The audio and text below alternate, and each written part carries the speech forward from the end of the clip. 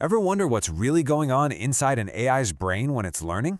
Well, at its core, it's all about a process called optimization, a constant quest to get smarter, to get better. So, how does it actually work? Let's dive in. So, think about it. How does an AI sift through, trillions of possibilities to find the single best one? Whether it's figuring out the perfect translation or spotting a face in a crowd, it's always on this relentless search. The best way to get our heads around this is with a simple analogy. I want you to imagine you're a mountain climber. You've just been dropped into this massive, sprawling mountain range, and it's completely blanketed in fog. Your one and only mission? Find the absolute lowest point. You can't see a map, you can't see the peaks, all you can do is feel the ground right under your feet.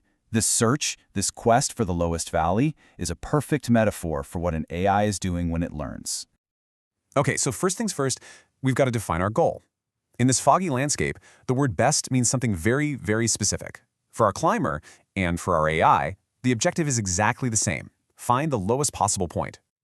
Now, in the world of AI, this mountain range is represented by something called the objective function. You can think of it like your altimeter. It tells you your exact altitude wherever you stand. For an AI, this altitude is basically a measure of how wrong it is. It's the error. So a lower altitude means less error, a better answer. The goal is crystal clear. Get that number as low as you possibly can. All right, the goal is set. Get to the bottom. But how? How do you take that first step when you can barely see? Let's look at the most basic, fundamental strategy our AI climber has in its toolkit. It's a method called gradient descent, and honestly, it's just plain common sense. First, you feel the ground around you. You figure out which direction is the steepest way down. Then, you take one good step in that direction. And then, you do it again. You check the slope, take another step, and you just keep repeating that process. Step by step by step, you're getting closer to the bottom of the valley. But a huge question comes up. Just how big should those steps be? This is an absolutely critical decision, and it's controlled by a little something called the learning rate. It's all about finding that perfect balance.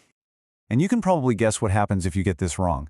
If your steps are way too big, you might just leap clear over the lowest point and land on the other side of the valley, just bouncing around like crazy. But if your steps are too tiny, your progress is just agonizingly slow. I mean, it could take you forever to get to the bottom, if you even get there at all. So this all sounds pretty simple, right? Just keep walking downhill. Well, not so fast. The landscapes that AIs have to navigate are unbelievably complex. They're not these nice, simple bowls. They're filled with all sorts of treacherous peaks and weird valleys that can easily trap our poor climber. The most famous trap is something called a local minimum. Picture this. You climb down into a little dip in the landscape. From where you're standing, every direction goes up. You think, yes, I made it. I'm at the bottom. But what you've actually found is just a false valley. The real lowest point, the global minimum, is way off somewhere else, but you're stuck. Okay, getting stuck in a false valley is bad. But what if you reach a spot where the ground is just completely flat? Now that is an even trickier problem. That, my friends, is a saddle point, and it is way sneakier than a false valley. Why? Because the ground is flat, your simple downhill strategy tells you to stop moving. But you're not in a valley at all. You're on a kind of mountain pass. It goes downhill in some directions, but uphill in others. And here's the kicker. In the giant, high-dimensional worlds of modern AI, these saddle points are actually way more common than local minima. They're a huge, huge problem. So our basic climber is pretty much doomed, right? They're going to get stuck. To navigate this kind of insane terrain, we need to upgrade their gear. We need some more advanced tools to help them escape these traps. Let's start by giving our climber a jetpack. That's basically what a technique called momentum is.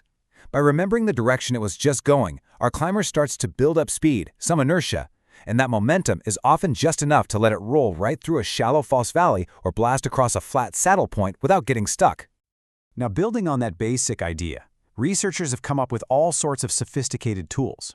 You've got things like Adagrad, which is great for certain kinds of text data, or RMSprop, which helps keep the climb stable. But the rock star of the group is called Atom. It combines that jetpack power of momentum with some other clever tricks, making it the tough, reliable, go-to choice for almost any deep learning problem you could think of. So, okay, we have our climber, we have our map, and we have all this fancy, advanced gear. But a successful journey is about so much more than just having the right tools, right? It's really about knowing how to use them. And this is where it really becomes an art. Every single AI problem is like a brand new, unique mountain range. And to succeed, you have to carefully tune all your gear, your learning rate, your momentum, to match that specific terrain. There's just no one-size-fits-all setting. Which brings us to the real reason we're doing all this in the first place. The ultimate goal, the yield.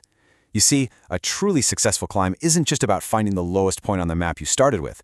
The real test is, does your solution work on new mountains you've never even seen before? In AI, we call this generalization, and that is the true measure of success. And that leaves us with one last kind of mind-bending idea. Our entire quest has been about finding the absolute lowest point. But what if getting to the very bottom of your first map, memorizing it perfectly, actually makes you worse at climbing new mountains? What if the lowest point isn't actually the best one? But hey, that's a story for another time.